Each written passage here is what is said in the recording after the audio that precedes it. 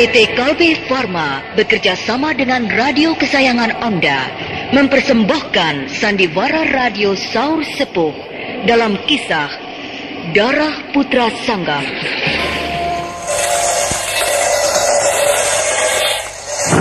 Dalam kisah yang lalu dikisahkan, Brahma mendesak terus pada Mantili agar berangkat juga ke Gunung Wangsit guna memenuhi tantangan si pedang perak.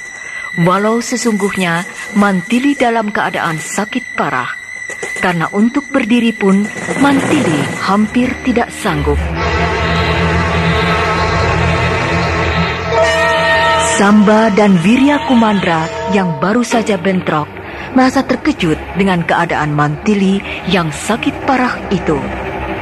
Kepada Wirya Kumandra, Brahma mengancam akan menghadapinya sendiri apabila dia tetap ingin melakukan pertarungan dengan Mantili dalam keadaan yang sakit itu.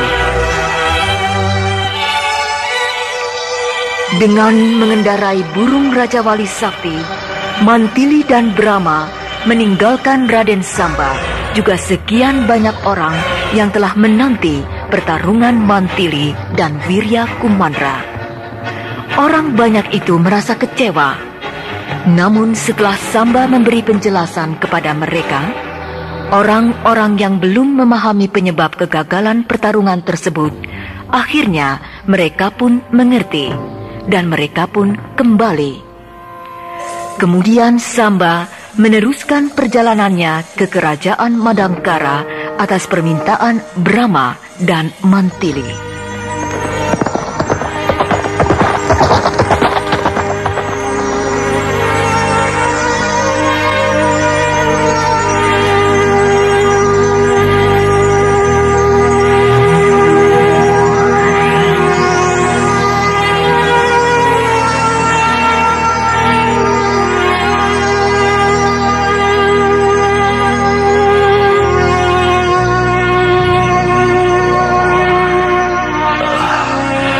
Bagaimana keadaan kalian, Raden Samba? Kami semua baik-baik. Tapi mengapa Patih jadi begini? Itulah sehingga saya tidak bisa menghantarkan Mantili ke sana. Ulah orang-orang pengecut, orang yang takut mati, tapi berani coba-coba.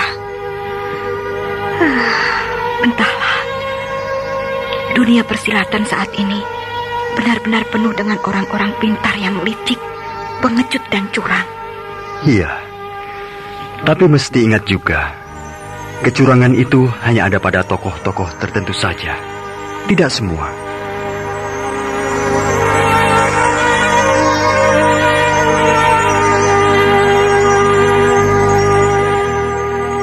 Samba dengan seksama mendengarkan kejadian yang dialami pada keluarga Raja Madangkara. Dari mulai Wirya Kumandra datang ke istana Madangkara hingga penyebab Gotawa menjadi lumpuh.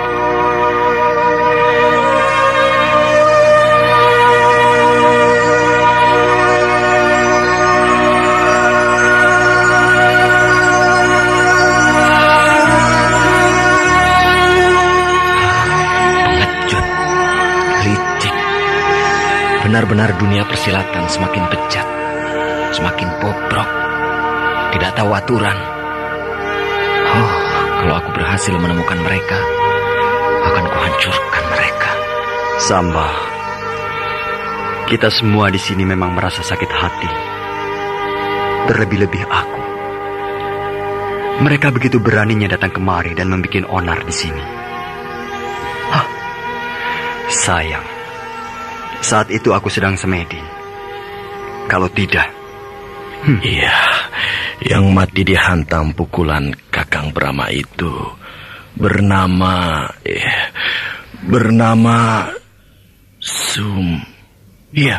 Sumbing. Sumbing? Iya. Belum pernah saya berhadapan dan mendengar tokoh ini. Tentunya dia tokoh muda yang baru muncul. Sayang, tokoh yang berhasil membawa kabur pedang setan tak diketahui siapa namanya. Iya, karena dia cepat melesat bagai anak panah yang terlepas dari busurnya. Saat aku datang dan berhasil memukul roboh temannya, mungkin dia merasa takut ketika melihat aku memukul temannya sampai roboh dengan sekali pukulan. Iya, bisa jadi begitu. Karena sejak saat peristiwa itu, saya terus saja pingsan. Yang penting, untuk pembuka jalan pencariannya sudah ada. Sumbing. Kalau memang nama itu adalah nama tokoh yang termasyhur, mudah sekali untuk menemukannya. Namun apabila dia hanya tokoh persilatan kelas teri, ya, agak susah juga menemukannya. Karena di samping tidak terkenal, kita juga akan makan waktu banyak untuk mendapatkan tempatnya. Iya. Pokoknya dalam hal ini kita tidak bisa tergesa-gesa. Kita harus sabar. Pelan tapi pasti. Karena seperti yang Raden Samba sebutkan tadi, kita juga belum pernah mendengar, apalagi bentrok dengan tokoh yang bernama Sumbing. Inilah masalahnya. Dari mana dia? Kalau saja dia dari daerah sekitar sini, masih mudah untuk mendapatkannya. Tapi apabila dari daerah yang jauh, ya, itu akan perlu waktu. Iya, sayang, aku tak bisa ikut mencari. Iya, sayang, kami berdua sakit. Ya, tidak usah terlalu dipikirkan. Kami akan berusaha semampu kami untuk mendapatkan pedang setan. Sekaligus akan kami balaskan sakit hati Patih Gotawa kalau kami bisa. Tapi tidakkah tugas ini nanti akan mengganggu pekerjaanmu sehari-hari, Raden Samba? Oh, sama sekali tidak. Apalagi sekarang, Bongkeng dan Merit mendapat tenaga tambahan, 2 orang. Bongkeng, Merit, Widati. Kapan aku bisa bersama mereka kembali seperti dulu? Ya, nanti saja. Suatu ketika aku akan mengajak mereka kemari. Ajaklah kemari, Samba. Sekalian melepaskan kerinduan kami. Bagaimana kabar mereka? Tidak ada perubahan. Ya, usia saja yang kian menggerogoti tubuh kita. Bongkeng makin gemuk, gembrot, bulat dan pendek. Kepalanya juga semakin licin. Dan Merit tambah jangkung, semakin kurus, dan lain-lain lagi. Tetap saja. Loh, istrimu bagaimana? Iya, kok tidak mau diceritakan? Oh, kau tidak kenapa-napa, Mantili? Tidak apa-apa. Aku terlalu gembira bisa tertawa demikian gelapnya mendengar ceritamu, Samba. Sakitku rasanya sudah agak berkurang. Jangan lupa, bagaimana istrimu? Oh iya, hampir saja lupa. Widati dalam keadaan sehat. Hampir setiap kami sedang ada waktu senggang, dia selalu menanyakanmu. Ingin sekali ketemu denganmu, Mantili. Iya, memang sudah cukup lama kita tak pernah bertemu. Ajaklah kemari dia sekali-sekali. Akan saya usahakan. Nah, begitu. Supaya istrimu akrab dengan kami dan juga sebaliknya. Terima kasih. Terima kasih, tuanku.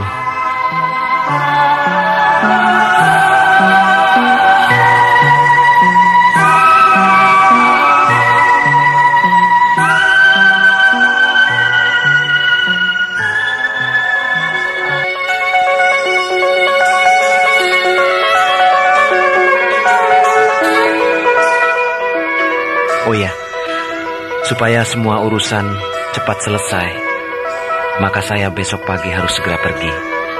Mengapa harus begitu cepat, Raden Samba? Raden Samba, menginaplah barang 1 atau 2 malam. Iya, tak usah terburu-buru, Samba. Itu perkara mudah. Nanti lain kali, masih banyak waktu.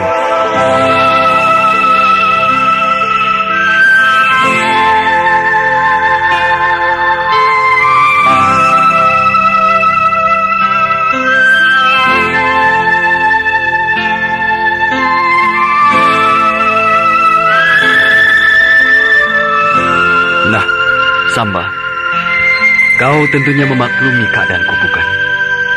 Kau tentunya mengerti kesibukanku sebagai seorang raja. Jadi aku secara pribadi dan sekaligus atas nama Kerajaan Madangkara mohon bantuanmu dan langsung menugaskanmu untuk mencari pedang setan. Tuanku Brahma, saya sebagai sahabat merasa bertanggung jawab dan merasa prihatin sekali atas peristiwa yang menimpa Mantili, Patih Gotawa, dan seluruh rakyat Madangkara.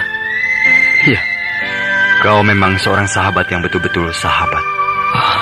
Dan saya pun rasanya sudah bukan sahabat lagi, tuanku.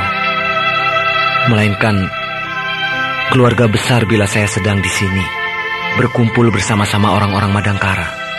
Terima kasih atas pengakuanmu yang jujur, Samba. Semoga sifat-sifat jujur kesatria yang kau miliki selalu kau miliki dan kau wariskan kepada anak dan istrimu. Nah, ini surat tugas resmi dariku, dari Raja Madangkara, dan sekaligus dari Kerajaan Madangkara. Tuanku, seharusnya tidak perlu dengan surat dan lain sebagainya. Saya sebagai saudara, teman dari keluarga besar Kerajaan Madangkara, ingin membantu setulus-tulusnya, tuanku. Aku percaya, Samba. Tapi maksudku, apabila kau mendapatkan kesulitan dalam menjalankan tugas ini, misalnya di satu daerah, kau merasa terhalang dengan tidak diperbolehkannya kau masuk oleh penguasa setempat, kau tentunya dapat menunjukkan surat ini. Iya, baiklah. Kalau begitu, saya memerlukan surat dari tuanku. Saya mohon diri, tuanku. Dan saya akan segera kembali apabila secepatnya saya telah berhasil menyelesaikan tugas ini. Baiklah. Pergilah. Hati-hati, semoga berhasil. Salam sejahtera.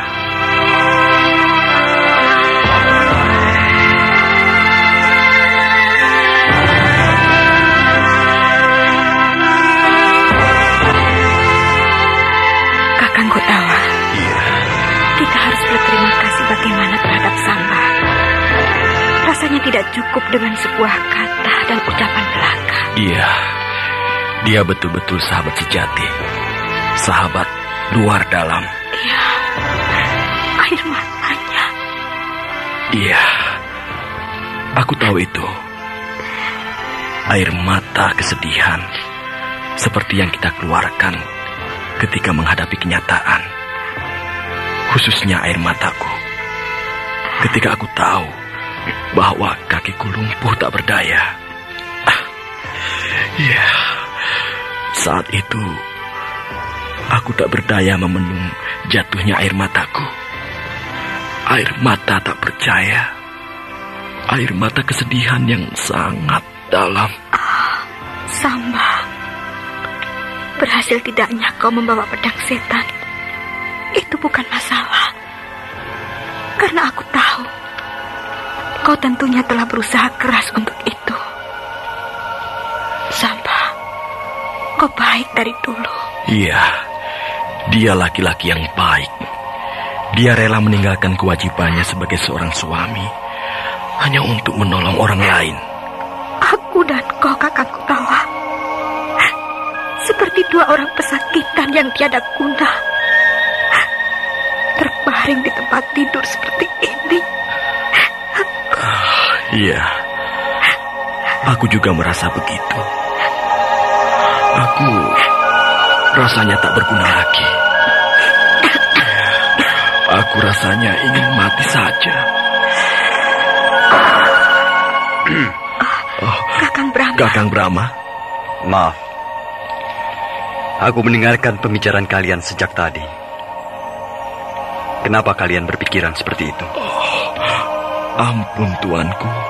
Ampun. Saya tahu pendapat saya itu salah. Tapi saya yang menjalani. Saya yang harus melampaui saat demi saat yang tidak mudah, tuanku. Ya, saya tersiksa dengan semua ini. Rasanya saya tidak akan mampu menjalani penderitaan ini. Saya betul-betul... Gotawa, mengapa hatimu mendadak kerdil begitu? Mengapa lantas kau menjadi putus asa? Ampun tuanku. Aku heran. Ada kalanya dan bahkan memang itulah yang selama ini aku tahu tentang dirimu. Kau keras, bahkan suka juga kejam. Baik, lembut, dan yang pasti tidak pernah putus asa. Namun entah mengapa 2 kali aku tahu Patih Kutawa secara tiba-tiba mendadak menjadi pengecut. Menjadi orang yang mendadak berputus asa. Mendadak seperti orang yang kehilangan pegangan hidup. Suka mengeluh, melamun berkepanjangan. Apakah hanya karena kelumpuhanmu maka kau menjadi begitu? Apakah karena istrimu yang saat ini sedang sakit dan tidak memenuhi tantangan pedang perak, maka kau merasa bahwa semua yang pernah kalian miliki telah musnah, hilang begitu saja? Dan apakah karena kau merasa kecewa karena dalam pertarungan kau dikalahkan oleh lawanmu?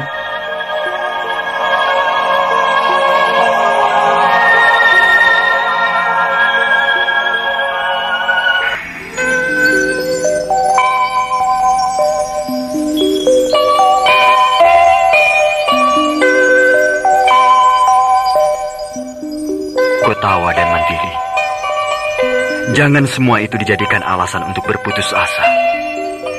Jangan dijadikan sebagai alasan untuk bermenung, melamun berkepanjangan, dan seperti berputus harapan. Mana jiwamu yang kau miliki? Mana kegagahan kalian yang ada pada diri kalian? Ayo Patih Kutawa, bangkitlah. Bangkitlah dari perasaanmu yang selama ini tertidur, terlena dan terlelap terbuai mimpi yang sama sekali akan merusak jiwamu. Bangunlah Kutawa. Kau adalah seorang patih yang harus menunjukkan kepatihanmu. Kau adalah seorang yang harus masih mampu menunjukkan keperkasaanmu, kegagahanmu, dan sekaligus wibawamu. Saya akan berusaha. Dan kau Mantili, apalagi yang terjadi pada jiwamu? Apakah kau juga merasa kehilangan semangat hidupmu hanya karena peristiwa yang menimpamu?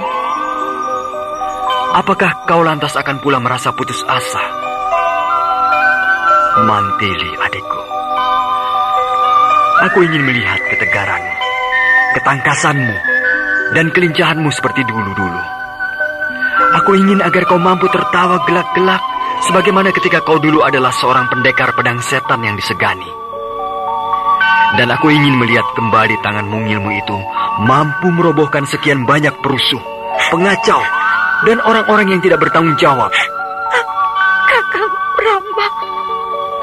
Nah, Mantili dan Kotawa, semua itu dapat diobati dengan semangat jiwamu, dengan keyakinan yang ada padamu, dan dengan membuang perasaan putus asa dari dirimu. Ayo, bangkitlah. Bangkitkan jiwamu dari keterlelapan, dan hilangkan dari mimpi-mimpi burukmu. Maafkan saya, Kakang Brahma.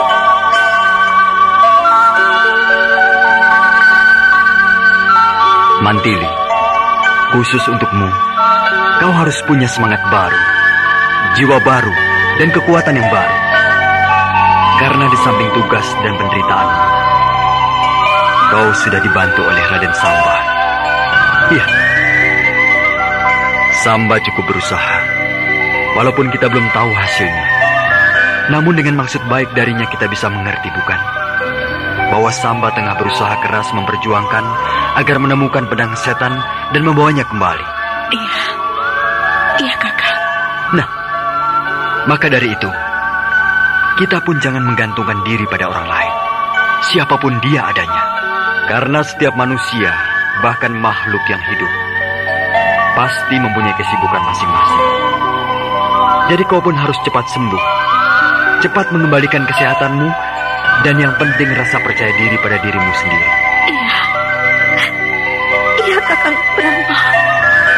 Nah, setelah kau sembuh, kau ataupun Kotawa mencari pedang setan itu sendiri. Karena kalianlah yang lebih bertanggung jawab.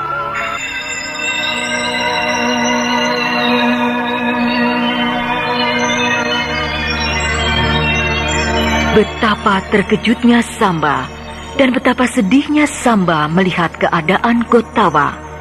Kakinya hancur dan dengan demikian tentulah ia lumpuh. Maka Samba dengan perasaan yang ingin meringankan penderitaan sahabatnya itu bersedia mencarikan pedang setan. Brahma demi mendengar percakapan Mantili dan Gotawa serentak masuk ke dalam kamar mereka. Kemudian ia memberikan pandangan yang lebih luas lagi kepada suami istri tersebut agar jangan mudah putus asa.